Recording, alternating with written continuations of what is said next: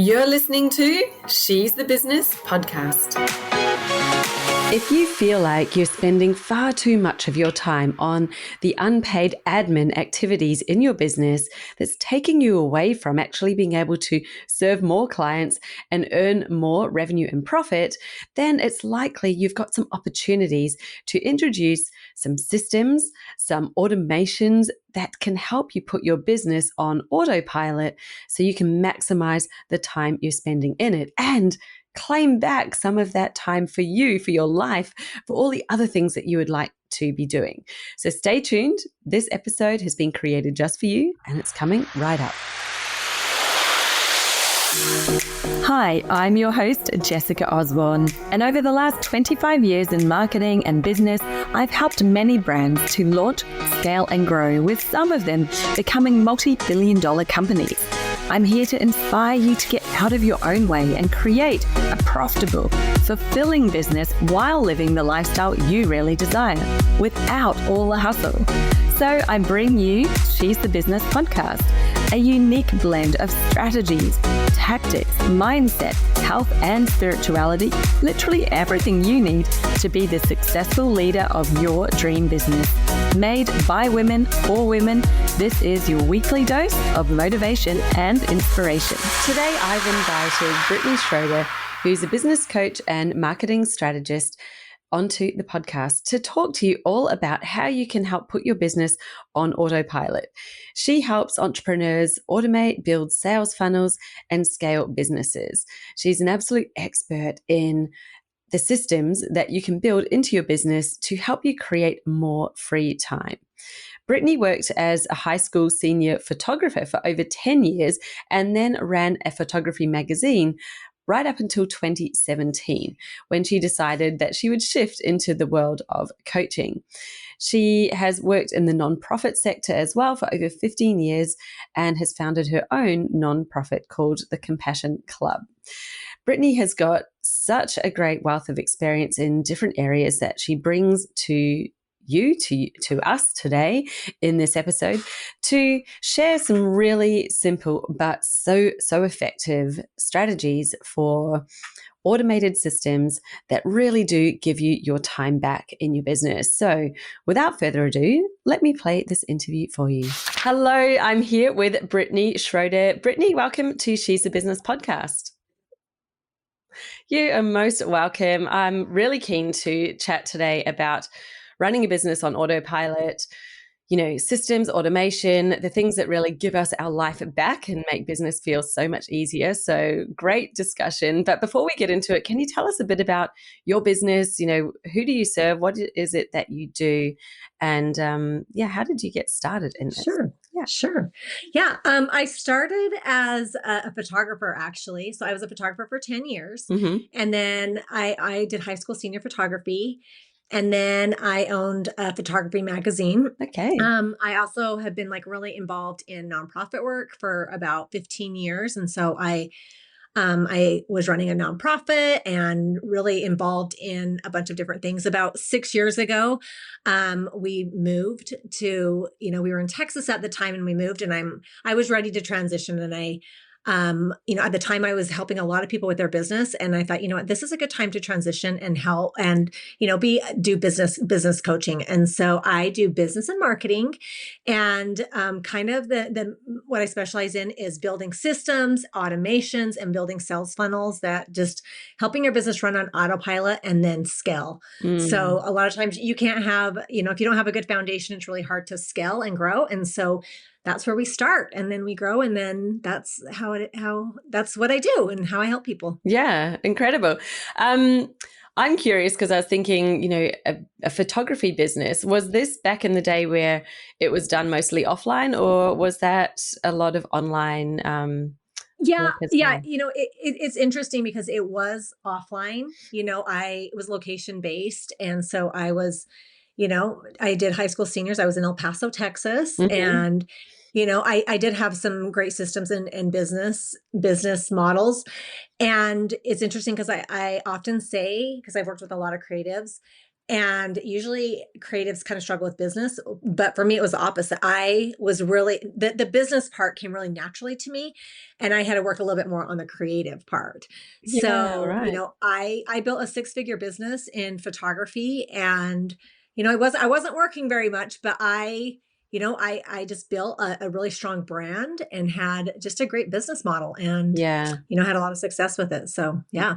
Yeah, that's awesome. Because I was thinking it's one of those types of businesses that could be so easy to get caught up being busy in the actual creative side of Yeah. it. And if you don't have the systems and processes to bring in the clients, and the leads and have that Yeah.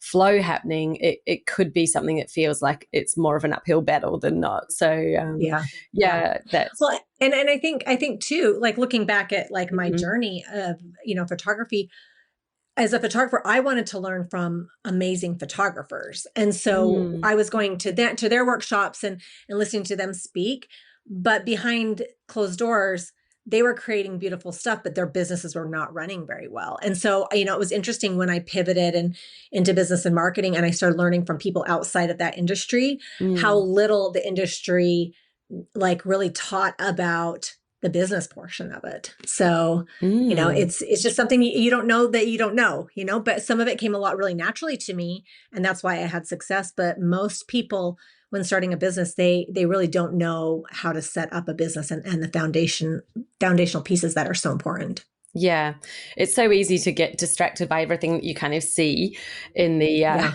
in the 3D. Like, oh, you see what people are doing, but there's so much that's actually behind the scenes that causes it to either be successful or not. That Yeah. is what you don't see. And like you say, Yeah. you don't know what you don't know. But Oh, for sure.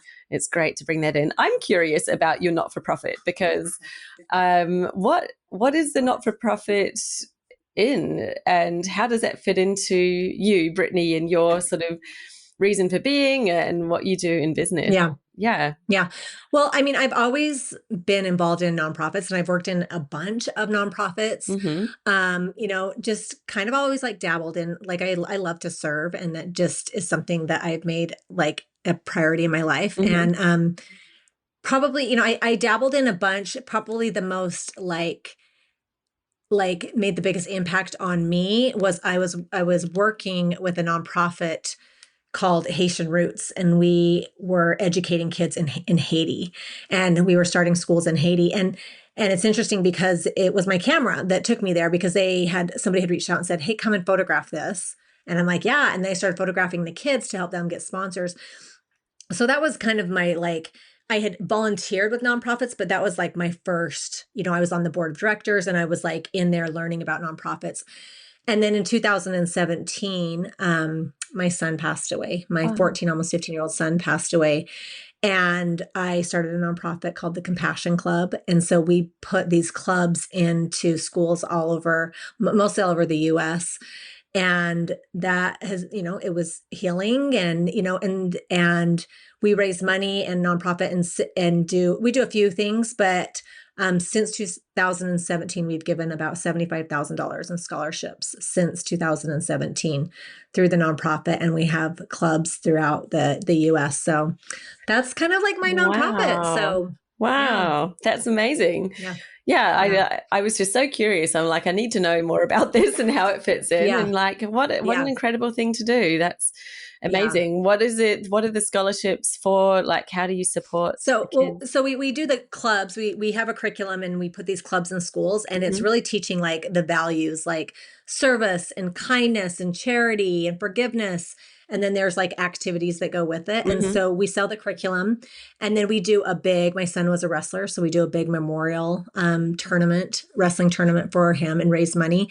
And then we let teachers and coaches nominate kids who have overcome adversity and have good character, and have, they rise above and show kindness and just good character. And that's who we give the scholarships to. So Oh, it's wow. been really rewarding. Yeah, yeah. That's incredible. I'm in awe of you. That's amazing. Oh, Congratulations. thanks. Thanks. So, yeah, let's like switch topics now and jump into systems, automation. What do you think if you see a business like these ones that you were talking about, the photographers, and they've got this great sort of these amazing skills, but then behind the scenes, their business is a real mess. What are the first things that you're looking at in terms of, right, we need to help you get more efficient, be running more effectively, more profitable?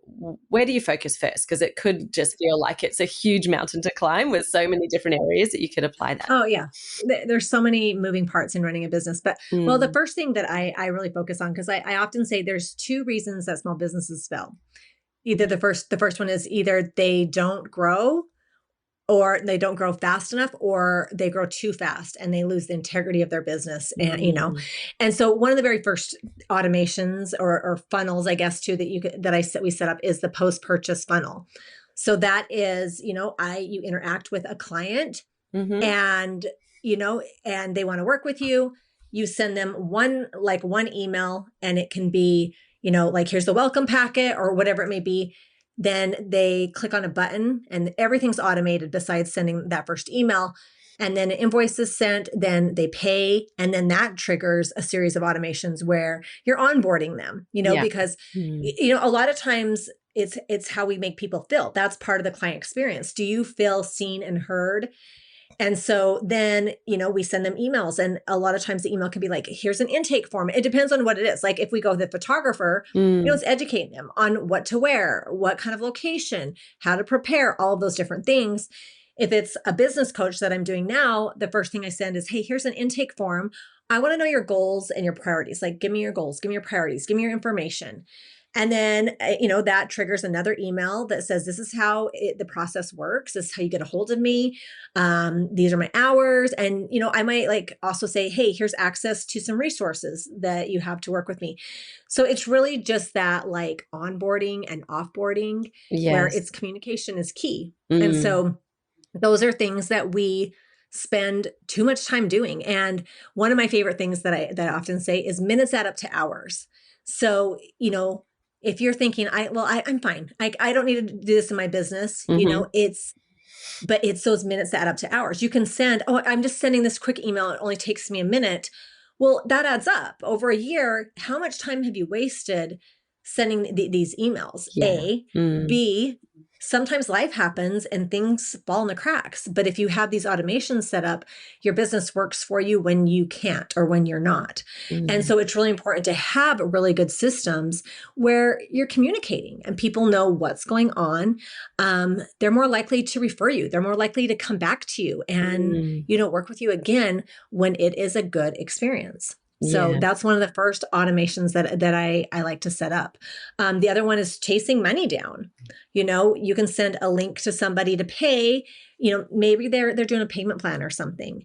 And, you send them a link and then you have to send them a link again in a month. Well, what if they don't pay, and you've spent all this time working with them, and then they're not paying. So kind of a rule of thumb I have is I do not do anything until I receive payment. And that's really what triggers my automations. I see too many times businesses doing a call and saying, okay, you can pay me after. And it's awkward. It's awkward to say, you owe me money. You still owe me money. Hey, you still owe me money. You know what I mean?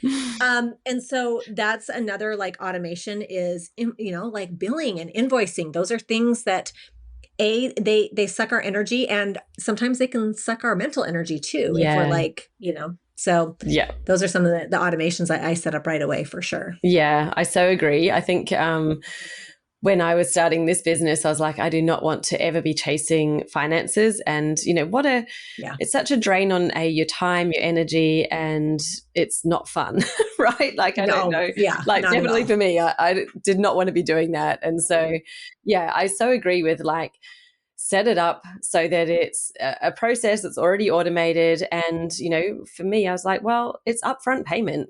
That's just how it happens. And so nothing happens. They sign up, they actually have to pay in order to sign up. There is no signing up without paying.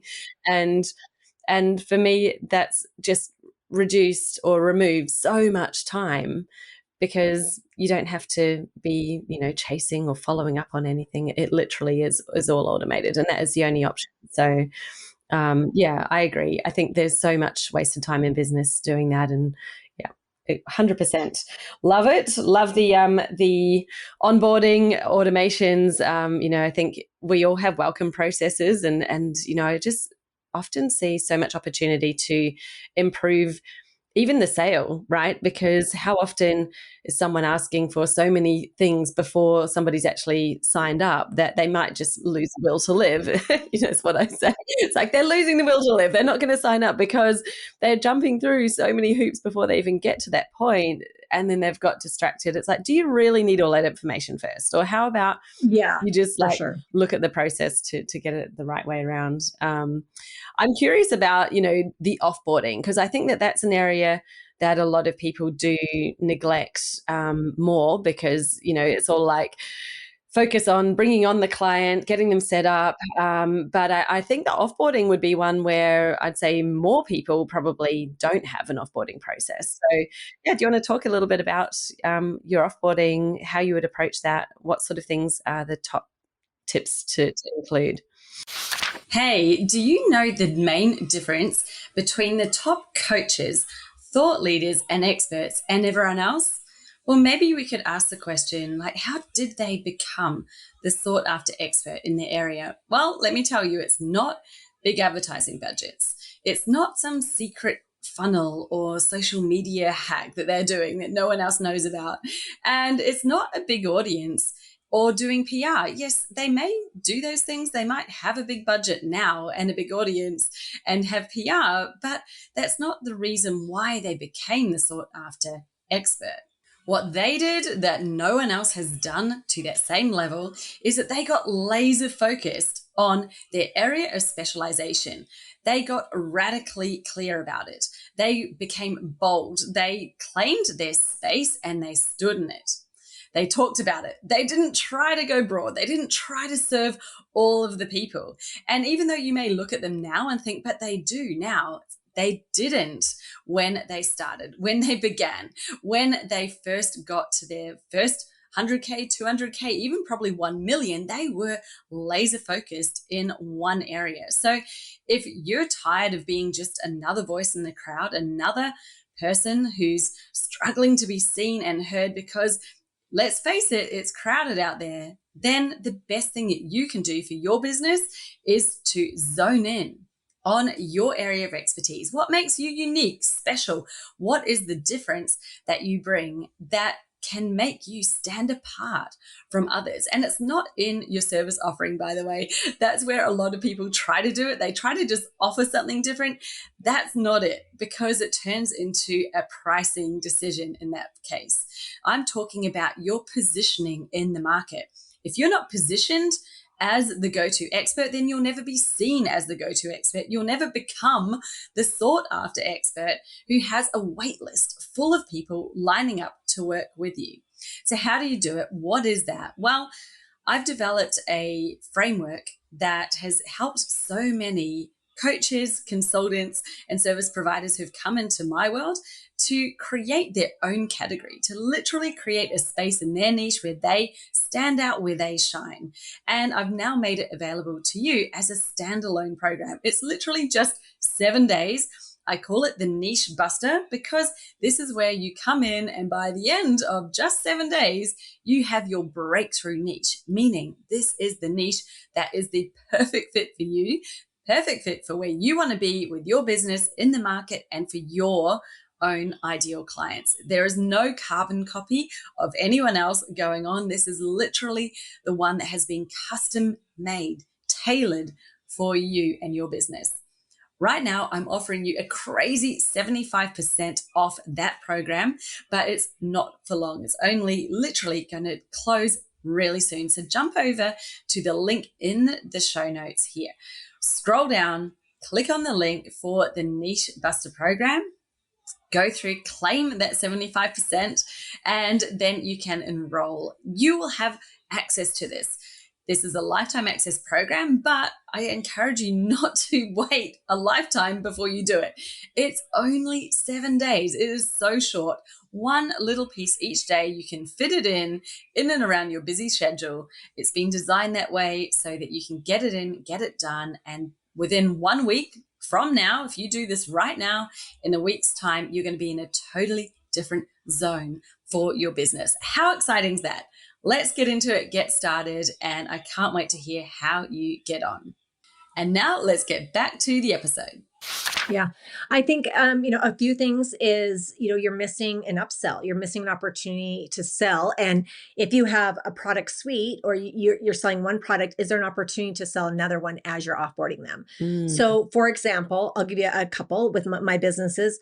I do one-on-one coaching. It's high price, high ticket, high touch.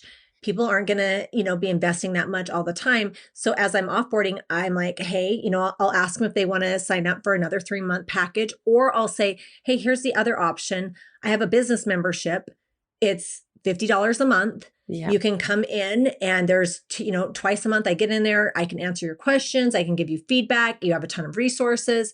And I can offboard it that way. So you're missing out on money. With photography, the offboarding can be, I did high school seniors, and in the high school seniors, like that's a one and done because they are a senior. It's not a family where you're getting return business.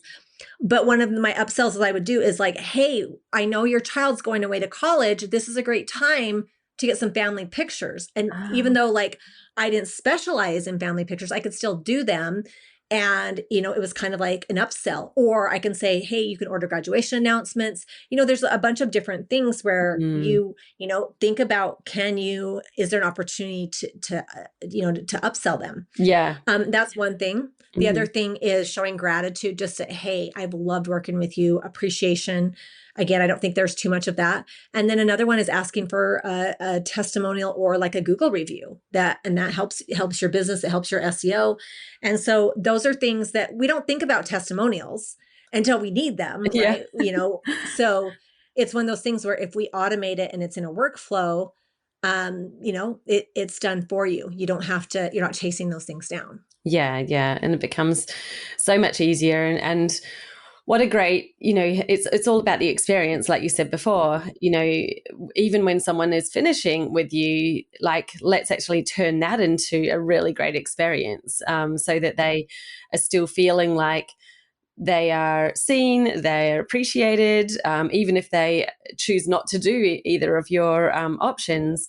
They're still going to be on your list. Probably they're still going to be connected to you. So, having them feel like, this has been great. And then they know that there might be a time in the future where they're going to step forward and work with you again. You're making that possible by having a really great offboarding process, where everything's in place. Yeah.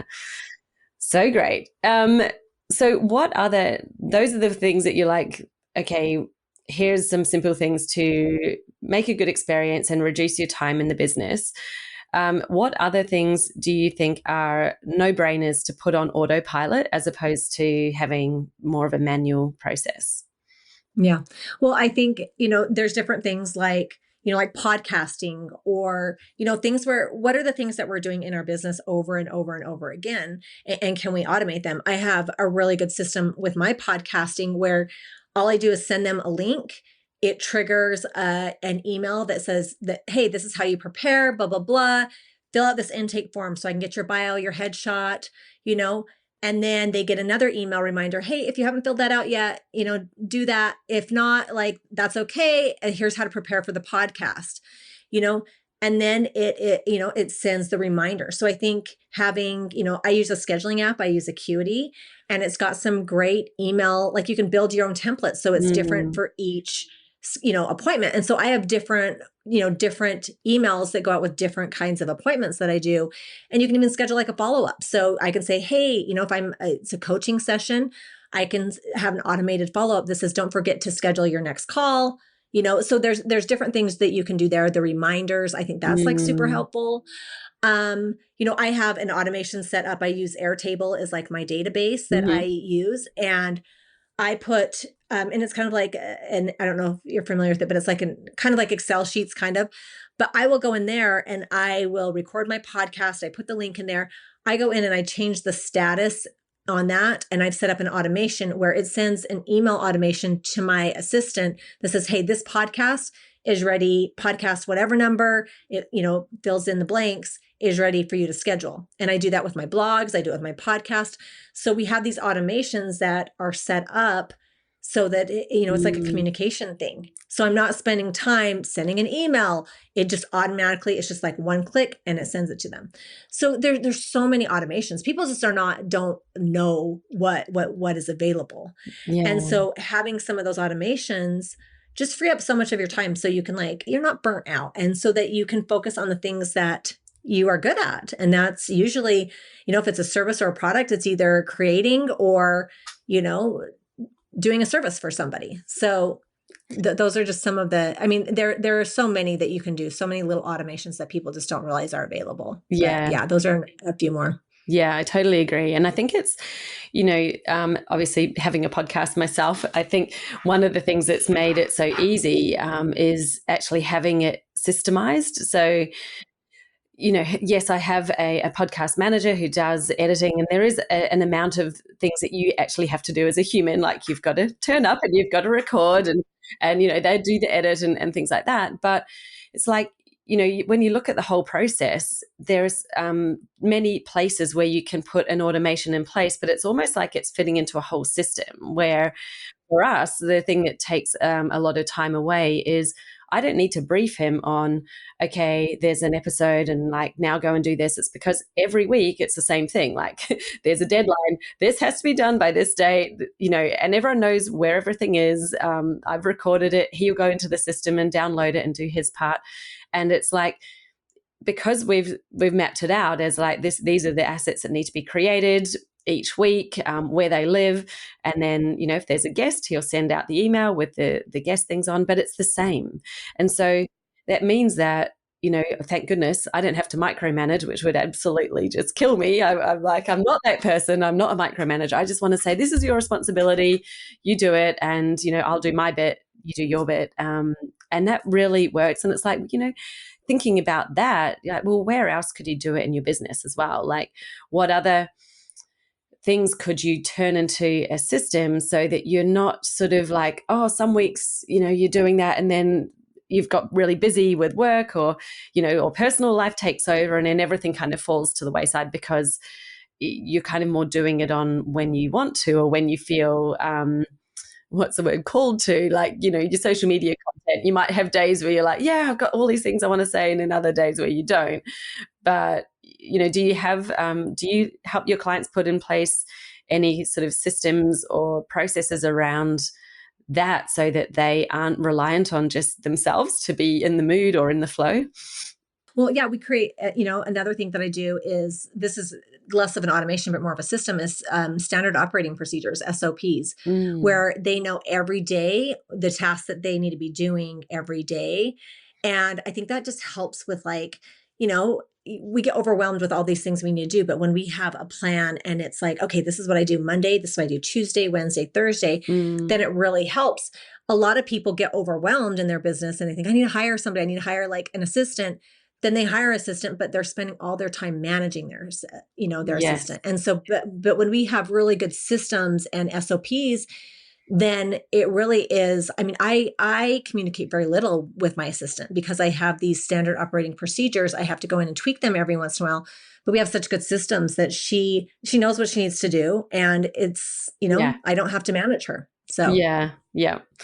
Yes, I think there's so much in that, like the amount of time people spend in their business that's unpaid, unpaid admin. The more you can reduce that, the more profitable, more freedom you're going to feel, the easier that is going to be to run a business because, like you said at the beginning, either businesses fail to grow or they grow too quickly. And I think that the one where both of them kind of come down to sometimes they fail to grow because they're so busy doing all of this stuff that is slowing them down and preventing them from actually doing the stuff that makes money. And then the ones that grow too quickly, it can all just sort of fall apart at the seams because they're like, you don't have the support in place already. And that's why it's like, some of these things might not sound super fun, but the thing is that the amount of time that you put in to create it in the first place, once that system's in place, then you're gaining back all that time. So it's like a little bit of upfront investment goes a long way. Yeah, it really does. It really does. Adds up for sure. Yeah. Awesome. What would be your, if you could go back in time and give your past self, some advice in this way, like, here's something that you definitely need to put on autopilot, or here's a system that is going to change your world, what would that be? I mean, I would say for sure that onboarding and offboarding. I think that is just, the backbone of your business is that client experience. So for sure that would be, and that's the number one thing I do when I start working with clients is, hey, let's get this figured out right here. This is the first thing we're going to do. Yeah. So yeah, brilliant. Love it.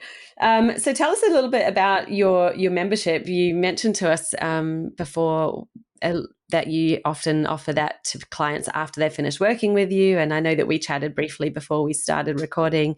You called it the meeting place. And I'm kind of curious, what is that about? How does it work? Can you share a bit about it? Yeah. So it's just my top to bottom business membership where I go through all these systems in your business, building different systems. And I think technology is really overwhelming for people. And so I break things down in little bite-sized pieces and I help set up systems. And within that membership, we talk about how to blog, how to find keywords, how to do SEO, how to, build your social media, setting up really good systems and building a strategy.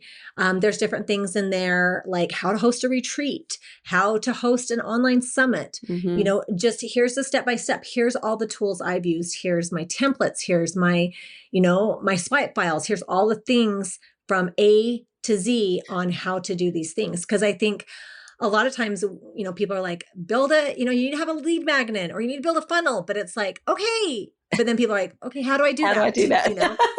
Yeah. And I break it down step by step. This is how you do it. This is how you build it. This is step 1. This is step 2. And so in that membership, that is what we do. And we have a great community where we support each other. We try to promote one another and build, a great community where we are really supportive and empowering each other. So that's my membership. So you can find it on my website, brittnischroeder.com. or brittnischroeder.com/membership. And you can find out more about my membership. So yeah, awesome. It's my membership. Well, I'll make sure that that's in the show notes so you can check it out. It does sound, it takes time, I think, to put together the step-by-step process for all of these things and also to have done them. I'm like, when you look back and you think, I figured all that out myself and it took so much time. But having that in the process where you can go, right, here's what you do first, here are all the assets that you need, because there's often things that you discover when you do it that would not have been obvious or you probably wouldn't have found on the YouTube how-tos, because they're like, well, we can't put 30 different steps in the YouTube. So they will have told you stuff, but they won't have put everything in there. And that's the kind of thing that, like you said before, I'm always like, in my, I use Asana, but when I do a project like that, I'll be adding in the tasks and then this becomes like the template. So next time we do the event, it's like, here's all the tasks that we did and they're all in order and it all, how you do it, it's all in there. And so that becomes a really great resource. Like you said, your VA learns it, they know what to do. But then to be able to provide that to other people, I think that just takes so much guesswork out. And there's so much information out there on the internet at the moment. Like you might go, well, how do I do this? And you'll get 10 different answers and all these different recommendations of platforms. And I think sometimes you just need someone to say, hey, here's why this one is good or here's why this one works. And then you can just go forward with it. Yeah, for sure. Yeah, that's awesome. Well, thanks, Brittni. If anyone wants to connect with you on your socials, where do you hang out? What's your main platform that you tend to be on? Yeah, I'm on Instagram at brittni.schroeder. And I have a podcast called Redefine Your Business. And then you can find me on my website, brittnischroeder.com. I'm pretty much on every platform at Brittni Schroeder, but I mainly hang out on Instagram. So yeah. That's the place to connect with you and and hang out. Great. I love this idea of your podcast as well. I think we'll make sure we put that in the show notes too, so you can go and check out Brittni's podcast and hear more from her. So that's awesome. Thank you so much for joining today. And this has been a really great chat. Such an important one. And I think it's like, although it doesn't sound fun, your business becomes way more fun when you have these things in place. It does, for sure. For sure. Yeah. Thank you so much for having me. Yeah, you're very welcome. And we will connect and make sure you talk to both Brittni and I. If you've loved this episode, please connect with us on Instagram, tag us, let us know what was your big takeaway, your moment of like, this is something I'm going to do, an idea that's sparked something for you. We would love to hear from you.